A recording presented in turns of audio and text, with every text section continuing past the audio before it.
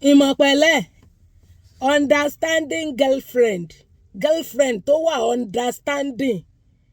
Ṣé nígbà téèyàn kan tó sọ fún ọ pé òun fẹ́ lọ rèé sọ fún ìyáálé òun pé òun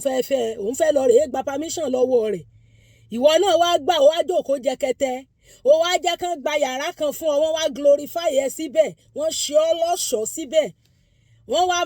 gbé ọ jù síbẹ̀, wọ́n wá ń dó ọmọ bẹ̀ pẹ̀lú ọmọ tó olóòsì bí tẹ́lẹ̀, àwọn àna fẹ́ lọ rèé sọ fún ìyáálé. Jọ ìyáálé wo ló fẹ́ accept pé kí wọ́n fẹ́ yàwó léhun? Ọkùnrin tó bá ṣẹ̀ṣẹ̀ ní ìdí permission látọ̀dọ̀ ìyáálé, ìyẹn ò ṣetán láti fẹ́ yàwó ni, toró ṣàjẹ́ pé méjì obìnrin ò dénú. Ẹ bá fẹ́ yàwó lóbìnrin, ẹ wá fẹ́ lọ gba permission lọ́wọ́ rẹ̀, irú ọkùnrin ń ṣetán tí ó fẹ́ yàwó ni, torí òṣòbìnrin tí ó gbà pé wọ́n fẹ́ yàwó léhun. Now ó wá sọ nìyẹn, ó wá múra, èèyàn sọ fún ẹ pé òun fẹ́ lọ gba permission fódìdí ọdún méjì, ó wá rẹ́ǹtì face me I slap you, ẹ̀yin bí ọgbọ̀n lẹ́ ń lo sálángá, ó wá fọmọ rẹ sí school 22,500 per term. Láàrin ọdún kan gbogbo owó tó lóun san lórí ọmọ nǹkan ò pé 60,000. Ó wá rẹ́ǹtì ilé 95,000 fún ọ, gbogbo ẹ̀ wá combine together bóyá ló pé 150,000. Ó ti jókòó, ó ti gbé calculation lé pé ńgbà tó ń bá fi lè ṣe báhùn fún ọ padà sọwọ́ lẹ́gbẹ̀yìn náà ni. Ó ti wá lọ́dún méjì nsìn, ó wá sọ fún pé tó tí ọba ní fí ọ kọ́mọ bá tiẹ̀ lọ, ó wá kiri lọ kiri ọ jáde, ó wá rí pé ó ti fi kọ́kọ́rọ́ tilẹ̀kùn yàrá, kò ṣe ní ìtì ṣe bí ilé rẹ̀ ni. Ilé rẹ̀ ni ó gbọ́wọ́ fi ọ́ bẹ̀ ni. Láti day one ló yẹ kí ìwọ náà ti ronú. Èèyàn lòun ṣẹ̀ṣẹ̀ fẹ́ lọ gba permission, don't be surprised, kò lè mention ọ̀rọ̀ fún ìyáálé rí, kò sọ́rí. Bẹ́ẹ̀ ọ̀pọ̀lọpọ̀ yín yàrá kan gan ẹlòmíì ò lè dágbà débi wípé yóò mọ̀ ọmọ ẹ̀ tira ẹjọ́ mọ́ gbé. Unfortunately ibi tó bímọ ẹyọ kan sí tó olóò ti kúrò gẹ́gẹ́ bí àlàyé tó olóò ṣeun, oní ọ̀dàbí ìpẹ́ ni ìyá lè ní kí tí ẹ̀ sí pọ́n fẹ́ yàwó lọ́lọ́wọ́ ló ń déètì ẹnìkan ló ṣe bínú lọ. Ọwọ́ abọ́ta ní ìsìn mo ṣe máa ń sọ fún ẹ máa ronú jinlẹ̀ kẹ́ tó fọkọ lẹ̀, so o lè dágbé, so o lówó tó lè spend on your own, so o lè, because tó o bá níṣẹ́ gidi lọ́wọ́ tó o bá fọkọ kalẹ̀ ó máa padà lọ ọdún kó o kúrú náà ó kó ìtìjú ló máa padà lọ ọdún. Now ó wá gbalé fún ẹ yàrá kan face me I slap you, ẹ̀yin tẹ́ ń lo tó sálángá ẹjọ́ ọgbọ̀n lọ́gbà fún ọ pẹ̀lú ọmọ rẹ kan. Ó wá ní ọmọ ẹ kó public school, ó fi private school 22,500. Ó mọ̀ pé ọkùnrin gbọ́n, ó ti calculate pé gbogbo owó tó ń ná lé ọ lórí lọ́dún kan kò lè tó 200,000. Ìwọ tó lè afford 150,000, tó bá tiẹ̀ jẹ́ pé òótọ́ ló fẹ́ fi ó lè afford irú owó ń fọ èó yíyà. So fi ipò qualify láti lọ ṣe ìyàwó ẹlẹ́ẹ̀kejì kan. Ó mọ̀ pọ́n tí wọ́n bá lówó ni wọ́n ń ṣe ìyàwó kékeré. Ó wá ṣe é lọ́sọ̀ọ́ sí yàrá kan yẹn, yóò wá mọ̀ bá ọ sùn mọ́ bẹ́ẹ̀. Ọdún kìíní fi yípo, ọdún kejì fi yípo, tí ó bá tiẹ̀ lé lọ fi ọ́ hàn yálé, tó bá tiẹ̀ jẹ́ pé yálé yẹn ti ya goddess, ó ti ya òṣàkúnlẹ̀ bọ, kò lè lọ fi ẹ́ hàn, kò lè fi ẹ́ hàn àwọn ẹbí ẹ̀ náà. Ó mọ̀ pé ọkùnrin ló ní polygyny, obìnrin monogamy làwa ni, obìnrin òun fẹ́ ń pé méjì, ọkùnrin ni polygyny pè fún. So ọkùnrin ló ní decision yẹn lọ́wọ́, kì í ṣobìnrin. Obìnrin tó ti kọ́kọ́ gan yóò tún sì mọ garùn pé ṣọ́kọ yẹn ti fẹ́ yàwó mi ni. Ambọ̀sibọ́sí ẹni tó sì wà nínú ilé rẹ̀, ìwọ náà wá bìlífù irú rọ́bà hùn, ọmọ pọ́ mọ̀ gbé ọjù sórí igun kan kó lè mọ rí ẹ dó anytime ni. Tọ́mọ ẹ bá tún ti dàgbà yọrùn òkè díẹ̀ bó ṣe ń dó ẹ látún máa dó ọmọ ẹ. Ẹ̀yin single mother lẹ sábà máa ń fall victim irú àwọn nǹkan báhùn. Ọkùnrin tó bá mọ̀ pé òun fẹ́ ṣèyàwó àbí òyọ kò ní sísì náà kankan tí ó dà yín pọ̀, kò ní kọ́kọ́ gbé ẹjù síbì kan kó máa dáná fọṣọ ṣebẹ̀ fún bí ọdún kan. Ó máa mọ̀ bí ìgbà tó bá ti rólówó nàbì tó kàn ra manufacture ẹ̀ tó dẹ̀ rọra package ẹ̀ tó olówó nàbì tó ṣe lẹ́sọ̀ọ́ glorified kinní kan ló rọra gbé ẹ sórí igun kan kó lè máa rí ẹ bá sùn anytime tíyàwó ẹ ò bá gbà fún. Ó wá promise ẹ pé òun ò fẹ́ láti bí ọdún méjì. Ó wá lóun fọmọ ẹ sí school 22,535 naira ló fọmọ ẹ sí.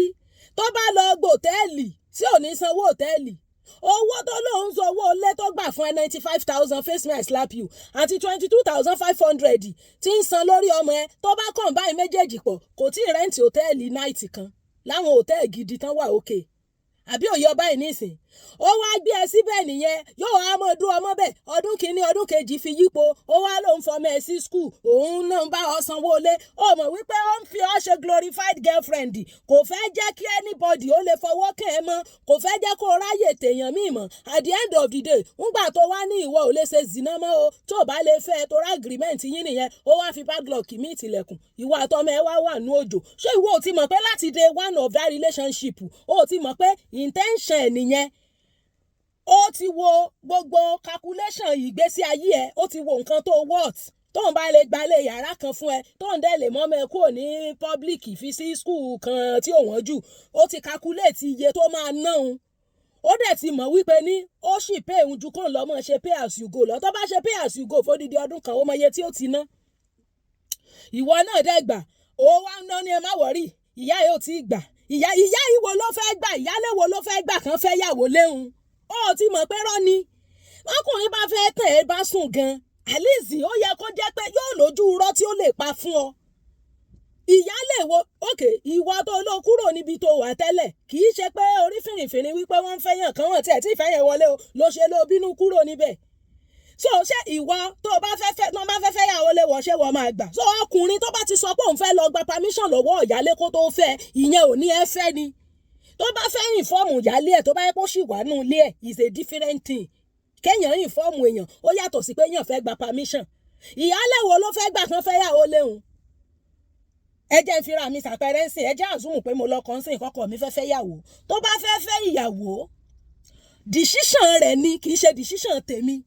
torí tó bá fún go ahead kó lọ fẹ́ yàwó tíyàwó yẹn bá dé tó bá balẹ̀ jẹ́ tó bọ̀nà jẹ́ yóò níwọ náà ló fóun permission pé kóun lọ fẹ́ because human being our fond of pé ká máa transfer responsibility I kì í fẹ́ take responsibility of our action so kò sẹ́ni kankan tí ó sọ fẹ́ anybody tí ó fẹ́ anybody go ahead kó lọ fẹ́ yàwó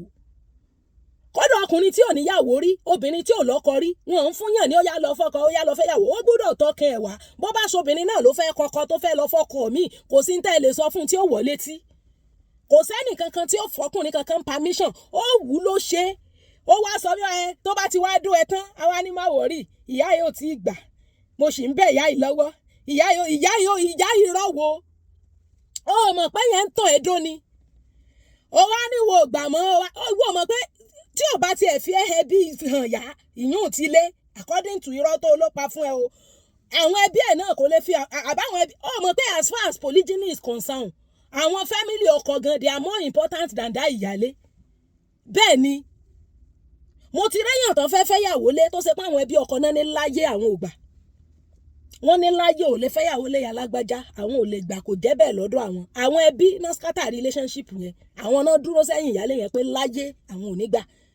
táwọn ẹbí bá sì tẹ́wọ́ gbà ẹ́ bí tí tìdòwú nù bèjì ní tìyálé bí àtẹbí ẹ̀ àtẹnìkan àtàrà kò mú ẹmọ kankan nù wọn ó ti mọ̀ pé yẹn fẹ́ máa dó ẹ jẹ ni and that was not your agreement ó wá tí ẹ mọ ìta kò wá sí owó ilé unfortunately àwọn èmi tó wá báyìí wàláì mistake ni because àwọn fáǹsì tèmi àìdáwó ń bí tó bá já àwọn blogs àbáwọn pages mi wọ́n lè because mo kàn wá wò mo ní òkè ẹni tẹ́ ẹ bímọ yín fún kí lè tẹ́ ẹ padà síbẹ̀ ó ní àwọn ti wà separated fún bíi ọdún 4 àti kí tó wá ni tó o bá sì padà lọ ọbẹ̀ ọlọ́run lè ṣe kó gbẹ̀bẹ̀ ara àwọn ọkùnrin tó ṣe pé ìyàwó wọn ti lọ ọlọ́kọ síbòmí yóò bímọ ọbẹ̀ gan tó ń gbà padà torí gbogbo ẹrẹ́dẹ̀rẹ́dẹ́ tójú rẹ̀ ń rí ìkọ́ ìyá ọmọ rí ìwọ ló sì láròjinlẹ̀ láti lẹ̀ àti day 1 ló yẹ kó o ti mọ̀ wípé ní ẹni tó bá lóun fẹ́ eléyàn ó máa stand on his feet ni kì í ṣe wípé ẹni tó ní ìdí permission wọn ń gba permission lọ́wọ́ obìnrin fẹ́ yàwó irú yẹn ò ní fẹ́ yàwó yẹn tí Jésù ó fi dé torí ìyáálé ò ní gbà ṣé wọ́n lè gbà tó lè gbà kó lè mọ̀ wípé ní decision láti fẹ́ yàwó kò sí lọ́wọ́ obìnrin ọwọ́ ọkùnrin ló wà gbò bá tèkì decision ẹ̀tàn òní ọmọ bí ó ṣe wá ṣe everything tí gbogbo ẹ̀ ó fi wá jollificate ẹ mọ́ bínú mò ń kíyàn ni àbí òye báyìí ní ìsìn so bó ti jẹ́nu ẹ má fira yín ṣe understanding glorified owó nàbì wọ́n fi ń ṣe glorified aṣẹ́wó ni sincerely ọkàn sí ọlọ́sọ̀nù yàrá kó lè mọ̀ rí ẹdún anytime ni wọ́n bí ìjà ẹ̀dá kó sọ fún ìyàlẹ́ pé òun fẹ́ yàn lé wọ́n bí dáa kò lè sọ lọ́wọ́ bí sùn àti wá àtọ́mọ ẹ kó o mọ bó ṣe ronú tó ṣe tèrò ara ẹ pa tó o bá dẹ̀ ní owó lọ́wọ́ má kọ́kọ́ lẹ̀ tó ìwọ tó lè dá lé gbà tó lè dọ́mọ fi sí skul tó lè dá kan ṣe tó láyé akẹ́bọ jẹ ó wá fọkọ kalẹ̀ lẹ̀ irú àwọn ṣàkúṣàkú tẹ́mọ̀ bá pàdé rèé o àwọn mo fẹ́ lọ gba permission lọ́gbẹ́ ìyàwó mi ìyàwó òruwo ni ó fún permission kó fẹ́ yàwó léhùn tí ìbá ṣe pé wọ́n gan bá rẹ́dì láti take step ẹ gẹ́gẹ́ bí ọkùnrin ọ̀rọ̀ tèmi ò lópin so ẹ̀yin obìnrin ẹ mọ̀ mọ̀ jẹ́ kán mọ̀ mú nkúmù sí lórí ọkùnrin tó bá ti níyàwó rí tó bá fẹ́ fẹ́ kò ní fi falẹ̀ kò ní fi fífẹ́ yẹn falẹ̀ débi bá ti lò ẹ́ fún 20 ọdún kó tó ṣẹ̀ṣẹ̀ wá sọ pé ìyá yìí ò padà gbà gbogbo dídó tó ti dó ẹyẹn báwo ló ṣe máa rìvásì ẹ̀ ṣó máa rìvásì dídó yẹn àwọn young lady ó sábà ń fọ́ victim rú nǹkan yẹn yín single mother yìí náà ni tẹ́ rò pé bóyá tẹ́ bá ti jáde ìjọ́ kejì lẹ́rọ̀ ọkọ mi tẹ́ lọ lé ọkọ mi. It is well.